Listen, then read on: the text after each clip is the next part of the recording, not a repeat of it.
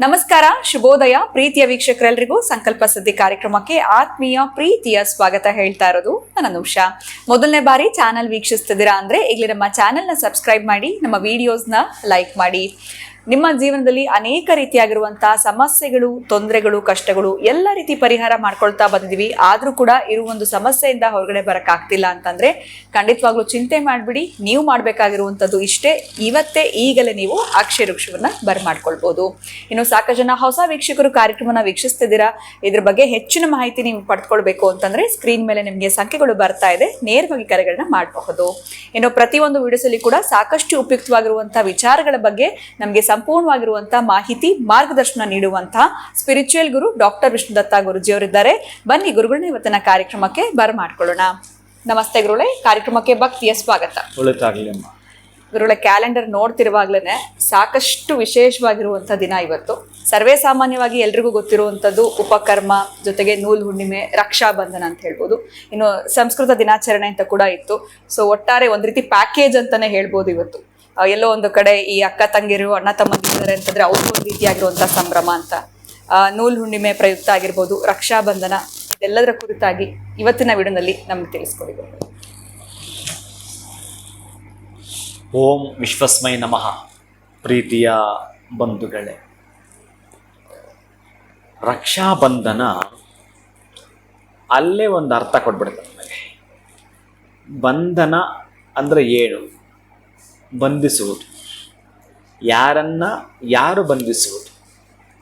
ಈಗ ನೀವು ಹೇಳಿದ ಹಾಗೆ ಆ ರಕ್ಷಾಬಂಧನ ಪ್ರೀತಿಯನ್ನು ಬಂಧಿಸೋದು. ಅಕ್ಕ ತಂಗಿಯರು ಅಣ್ಣ ತಮ್ಮಂದಿರಿಗೆ ಕಟ್ಟುವಂಥದ್ದು.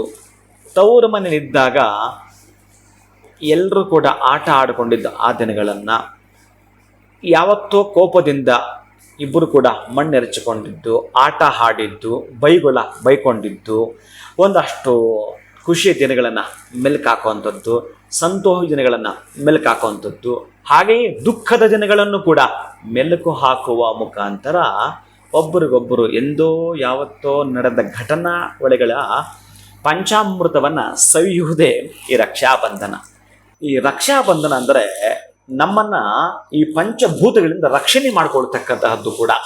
ಈ ಜಲದಿಂದ ತೊಂದರೆ ಆದಾಗಲೋ, ಅಗ್ನಿಯಿಂದ ಅವಘಡ ಸಂಭವಿಸುವಂಥದ್ದು, ವಾಯುವಿನಿಂದ ಎಲ್ಲೋ ನಮಗೆ ತೊಂದರೆ ತಾಪತ್ರಯ ಕಾಣುವಂಥದ್ದು, ಈ ರೀತಿ ಪಂಚಭೂತಗಳಿಂದ ಏನಾದರೂ ತೊಂದರೆ ತಾಪತ್ರಯ ಬರುವ ಸಾಧ್ಯತೆ ಇತ್ತು ಅಂದರೂ ಕೂಡ ಅದನ್ನು ನಿವಾರಣೆ ಮಾಡಿಕೊಳ್ಳೋ ದಿನವೂ ಕೂಡ ಈ ರಕ್ಷಾಬಂಧನದಿಂದಲೇ ಸಾಧ್ಯ.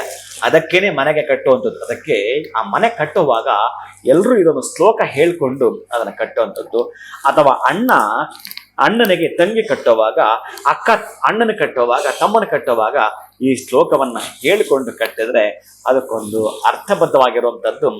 ಆ ಮಹಾಲಕ್ಷ್ಮಿ ಆ ಬಲಿಚಕ್ರವರ್ತಿ ಕಟ್ಟುವಾಗ ಹೇಳತಕ್ಕಂಥ ಅದ್ಭುತವಾದ ಶ್ಲೋಕ. ಪ್ರೀತಿಯ ಬಂಧುಗಳೇ, ಅದನ್ನು ಹೇಳಿಕೊಂಡು ನೀವು ಕೂಡ ಮುಂದಕ್ಕೆ ಮಕ್ಕಳಿಗೆ ಇದನ್ನು ಕಲಿಸ್ತೀರಾ ಅಂತ ನನ್ನ ಭಾವನೆಯಿಂದ ಈ ಶ್ಲೋಕವನ್ನ ವ್ಯಕ್ತಪಡಿಸ್ತಾ ಇದ್ದೀನಿ. ಪ್ರೀತಿಯ ಬಂಧುಗಳೇ, ಏನ ಬದ್ಧೋ ಬಲಿ ರಾಜ ದಾನವೇಂದ್ರೋ ಮಹಾಬಲ ತೇನ ತ್ವಂ ಬದ್ನಾಮಿ ರಕ್ಷೆ ಮಾಚಲ. ಈ ಮಂತ್ರವನ್ನ ಹೇಳಿಕೊಂಡು ರಕ್ಷೆಯನ್ನು ಕಟ್ಟಿದಾಗ ಯಾವ ಜೀವಂಚ ಕಾಲವೂ ಕೂಡ ಸುಖ ಸೌಖ್ಯದ ಸುಖ ಸ್ವರೂಪ ನಿಲಯವಾದಿದ್ದು ನಿಮ್ಮ ಅಣ್ಣ ತಮ್ಮಂದಿರ ಮನೆ. ಮದುವೆ ಮಾಡಿ ಕೊಟ್ಬಿಟ್ಟಿರ್ತೀರಿ, ಹೆಣ್ಮಕ್ಳು ಹೊರಟು ಬಿಟ್ಟಿರ್ತಾರೆ. ಆ ರಕ್ಷೆಯನ್ನ ನಮ್ಮ ಅಣ್ಣನ ಕಟ್ಟಿದ್ರೆ ಇವತ್ತು ಎಷ್ಟು ಚೆನ್ನಾಗಿರುತ್ತೆ ಅಂತ ಹುಡುಕೊಂಡು ಹೋಗಿ ಆದ್ರೂ ಕಟ್ಟುತ್ತಾರೆ. ಅಥವಾ ಆ ಅಣ್ಣ ಏನಿದಾನೋ ತಂಗಿ ಮನೆಗೋ ಅಕ್ಕನ ಮನೆಗೆ ಹೋಗಿ ಕಟ್ಟಿಸ್ಕೊಂಡು ಆಕೆ ಮಾಡಿದ್ದ ಅಡುಗೆಯನ್ನು ಉಂಡು ಬರುವಂಥದ್ರಲ್ಲಿ ಆ ಸವಿಯ ಆನಂದವೇ ಬೇರೆ ಇರುತ್ತೆ. ಅದೊಂದು ಲೋಕ, ಪ್ರೀತಿ ಪ್ರೇಮದ ಲೋಕ. ಏನು ತೋರಿಸುತ್ತೆ ಅಂತಂದರೆ ನಮ್ಮ ಬಾಂಧವ್ಯ ಬೆಸುಗೆಯ ಸಿಹಿಯ ಹೂರಣವನ್ನು ತೋರಿಸುತ್ತೆ. ಅದು ಈ ಹಿಂದೆ ಎಲ್ಲಾದರೂ ನಡೆದಿದೆಯಾ? ಪುರಾಣ ಇತಿಹಾಸದಕ್ಕೆ ಏನಾದರೂ ಹೇಳುತ್ತಾ ಅಂತ ನೋಡಿದ್ರೆ ಬಹುಶಃ ಅಲ್ಲಿ ಈ ರಥೋತ್ಸವ ಚಂದ್ರಿಕಾ ಅಂತ ಒಂದು ಸಬ್ಜೆಕ್ಟ್ ಬರುತ್ತೆ. ಅದರಲ್ಲಿ ಈ ಇಂದ್ರ ಮತ್ತು ರಕ್ಕಸರ ಮಧ್ಯೆ ಒಂದು ಯುದ್ಧ ನಡೆಯುತ್ತೆ. 12 ವರ್ಷಗಳ ಕಾಲ ಯುದ್ಧ ನಡೆಯುತ್ತೆ. ಆ ಯುದ್ಧದಲ್ಲಿ ಸೋತೋಗ್ತಾನೆ ಈ ದೇವೇಂದ್ರ. ಆತ ಸೋತು ಹೋಗಿ ಅಮರಾವತಿಯಲ್ಲಿ ಅಡಗಿ ಕುಳಿತುಕೊಂಡ್ಬಿಡ್ತಾನೆ. ಅವನ ಪತ್ನಿಯಾಗಿರ್ತಕ್ಕಂಥ ಇಂದ್ರಾಣಿ ಈ ಪಾರ್ವತಿ ಪರಮೇಶ್ವರನ ಕುರಿತು, ಲಕ್ಷ್ಮೀ ನಾರಾಯಣರನ್ನ ಕುರಿತು ಪೂಜೆಯನ್ನು ಮಾಡ್ತಾ, ವ್ರತವನ್ನು ಮಾಡ್ತಾ ಈ ರಕ್ಷೆಯನ್ನು ಗಂಡನ ಕಡುತ್ತಾಳೆ. ಅಂದ್ರೆ ನಾವಿಲ್ಲಿ ಅರ್ಥ ಮಾಡ್ಕೋಬೇಕು, ಅಕ್ಕ ತಂಗಿರಿ ಮಾತ್ರ ಅಣ್ಣನ ಕಟ್ಟೋದಂತಲ್ಲ, ಮಡದಿ ಗಂಡನ ಕೂಡ ಕಟ್ತಾಳೆ. ಇಲ್ಲಿಂದ ನಿನಗೆ ಇದು ವಿಜಯದ ಕಂಕಣ, ಎದ್ದೇಳು ಅಂತ. ವಿಜಯದ ಕಂಕಣ ಇದು ಕಟ್ಟುಕೋ ಅಂತ ಹೇಳಿದಾಗ ಅಲ್ಲಿಂದ ಯುದ್ಧ ಗೆಲ್ತಾನೆ, ಗೆದ್ದೇ ಬರ್ತಾನೆ. ಆ ರಕ್ಷೆಗೆ ಅಷ್ಟು ತಾಕತ್ತಿದೆ, ಆ ರಕ್ಷೆಯಲ್ಲಿ ಅಷ್ಟು ಪ್ರೀತಿಯ ಬೆಸುಗೆ ಇದೆ. ಆ ಹೆಣ್ಣು ಮಕ್ಕಳು ಒಂದು ಸಂಕಲ್ಪ ಮಾಡಿ ಕಟ್ಟಿಬಿಟ್ರೆ ಏನು ನೀವು ಹೊಂದ್ಕೊಂಡು ಕಟ್ತೀರೋ ಅದು 100% ಆಗುತ್ತೆ. ಅರೆ ನಮ್ಮ ಅಣ್ಣ ಯಾಕೋ ತುಂಬ ಇತ್ತೀಚೆಗೆ ನೊಂದುಬಿಟ್ಟಿದ್ದಾನೆ, ಅವನು ಯಾವ ಕೆಲಸ ಮಾಡಿದ್ರು ಸಕ್ಸಸ್ ಆಗ್ತಿಲ್ಲ ಅನ್ನೋ ಒಂದು ಪ್ರೀತಿಯ ಅಭಿಲಾಷೆಯನ್ನು ಇಟ್ಕೊಂಡು ಅಕ್ಕ ಆಗಿರಬಹುದು, ತಂಗಿ ಆಗಿರಬಹುದು, ಒಟ್ಟಾರೆ ಸಹೋದರಿಯರು ಸಹೋದರನ ಕಟ್ಟತಕ್ಕಂತಹದ್ದು ದೀಕ್ಷೆಯ ಕಂಕಣವದು. ನಾವು ಯಾವುದಾವುದೊಂದು ಕಾರ್ಯಕ್ರಮ ಮಾಡಿದ್ರೆ ಆ ಕಾರ್ಯಕ್ರಮದಲ್ಲಿ ರಕ್ಷಾಬಂಧನ ಅಂದರೆ ಪುಣ್ಯಾಹ ವಾಚನವನ್ನು ಮಾಡಿ, ಮುರುಸಂಗ್ರಹಣವನ್ನು ಮಾಡಿ, ಅಂಕುರಾರ್ಪಣವನ್ನು ಮಾಡಿ ರಕ್ಷಾಬಂಧನ ಅಂತ ಮಾಡ್ತಾರೆ. ಆ ರಕ್ಷಾಬಂಧನದಲ್ಲಿ ಆ ವೇದಕ್ಕೆ ಸಂಬಂಧಪಟ್ಟ ಮಂತ್ರದೊಂದಿಗೆ ಕಾರಕೋಟಕಾಯ ವಿದ್ಮಹೆ ಮಹಾನಾಗಾಯ ಧೀಮಹಿ ತನ್ನೋ ವಾಸುಕಿ ಪ್ರಚೋದಯತ್, ಆ ವಾಸುಕಿಯನ್ನು ಆವಾಹನೆ ಮಾಡಿ ಕಂಕಣ ಕಟ್ತಾರೆ. ಅಂದರೆ ಈ 3 ದಿನಗಳ ಕಾಲ ನೀವೆಲ್ಲೂ ಕೂಡ ಹೋಗೋ ಹಾಗಿಲ್ಲ, ನಿರ್ಬಂಧನೆ ಹೇರುವಂಥದ್ದು. ಒಂದು, ಕಾಲುವೆಗಳನ್ನು ದಾಟಬಾರದು.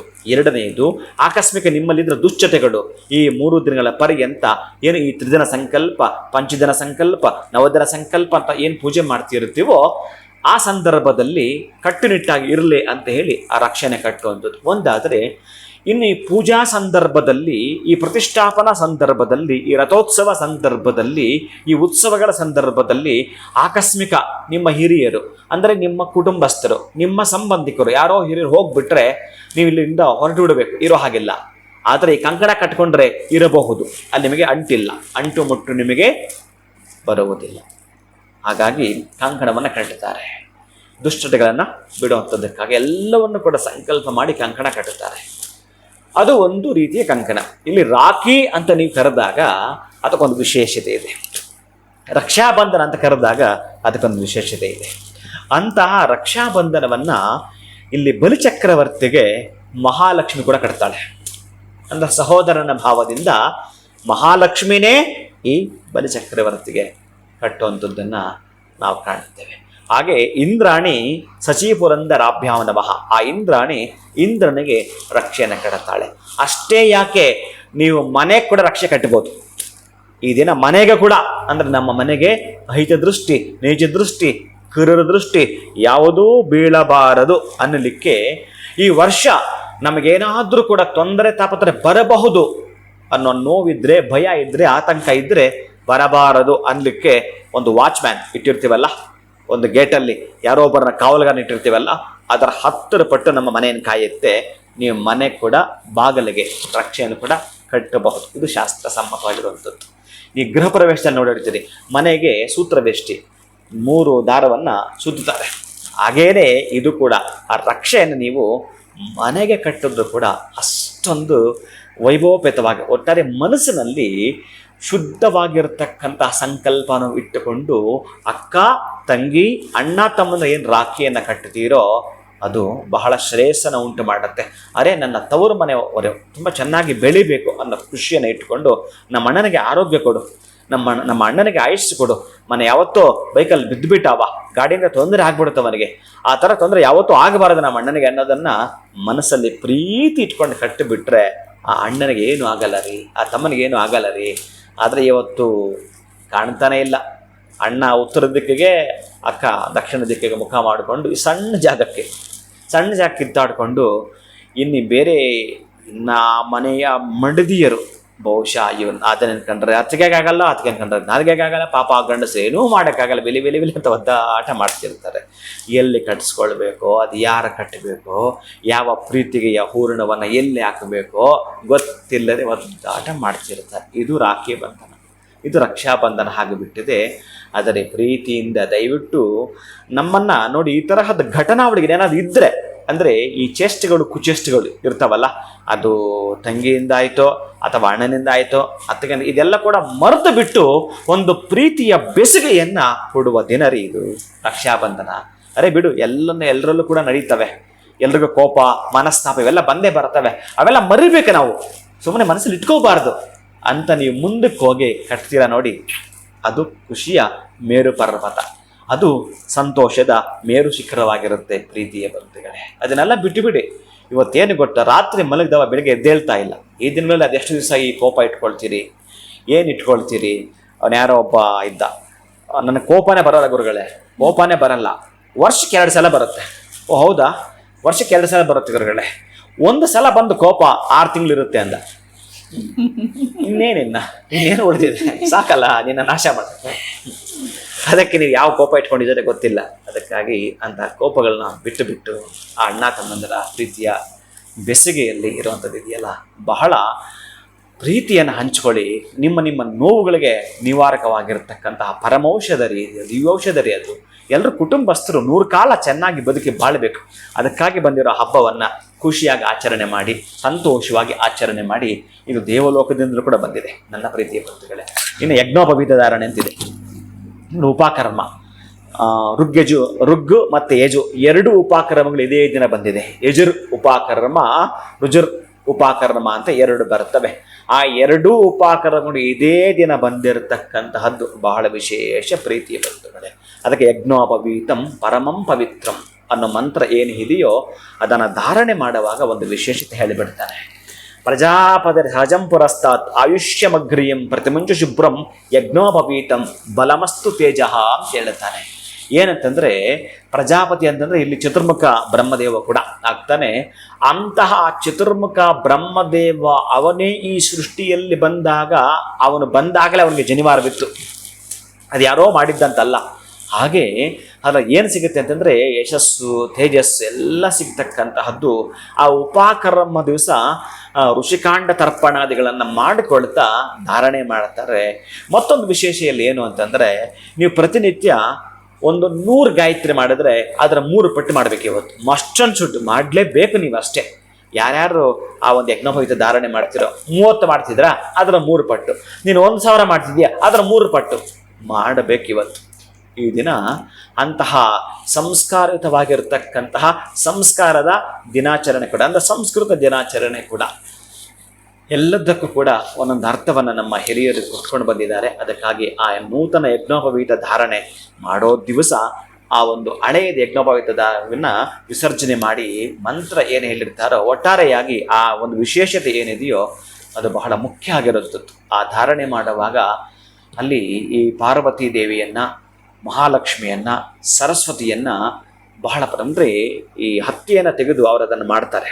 ಅದಕ್ಕೆ ನೂಲು ಹುಣ್ಣಿಮೆ ಅಂತ ಕರೀತಾರೆ ಇದನ್ನು. ಆ ನೂಲನ್ನು ಅವರು ಮಾಡ್ತಾರೆ ಹುಣ್ಣಿಮೆ ದಿವಸ. ಆ 3 ಜನ ತಾಯಂದರು ಮಾಡುತ್ತಾರೆ, ಅದನ್ನು ಧಾರಣೆ ಮಾಡ್ತಕ್ಕಂತಹ ದಿನ. ಅದಕ್ಕಾಗಿ ಇವತ್ತು ನೀವು ಯಾರ್ಯಾರು ಯಜ್ಞೋಪವೀತ ಧಾರಣೆ ಮಾಡ್ತಾ ಇದ್ದೀರೋ ಮಾಡಿಕೊಳ್ಳಿ ಒಂದು ಕಡೆ. ಇನ್ನು 2ನೇದು ಈ ಸಂಸ್ಕೃತ ದಿನಾಚರಣೆ ದಿವಸ ಒಂದಷ್ಟು ಮಕ್ಕಳಿಗೆ 1-2 ಸಂಸ್ಕೃತ ಶ್ಲೋಕವನ್ನು ಕೊನೆಯ ಪಕ್ಷ ಕರಾಗ್ರೆ ವಸತೆ ಲಕ್ಷ್ಮಿ ಕರಮಧ್ಯ ಸರಸ್ವತಿ ಅದನ್ನು ಹೇಳ್ಕೊಡೋ ಮುಖಾಂತರ, ಒಂದು ನಿತ್ಯ ಪ್ರಾರ್ಥನಾ ಶ್ಲೋಕಗಳಂತ ಬರ್ತವೆ ಅದನ್ನು ಹೇಳ್ಕೊಡೋ ಮುಖಾಂತರ ಆದರೂ ಈ ದಿನವನ್ನು ನೀವು ಆಚರಣೆ ಮಾಡಿ ಸಿಹಿಯ ಊರಣವನ್ನು ಮೆಲ್ಲುವಂಥದ್ದು.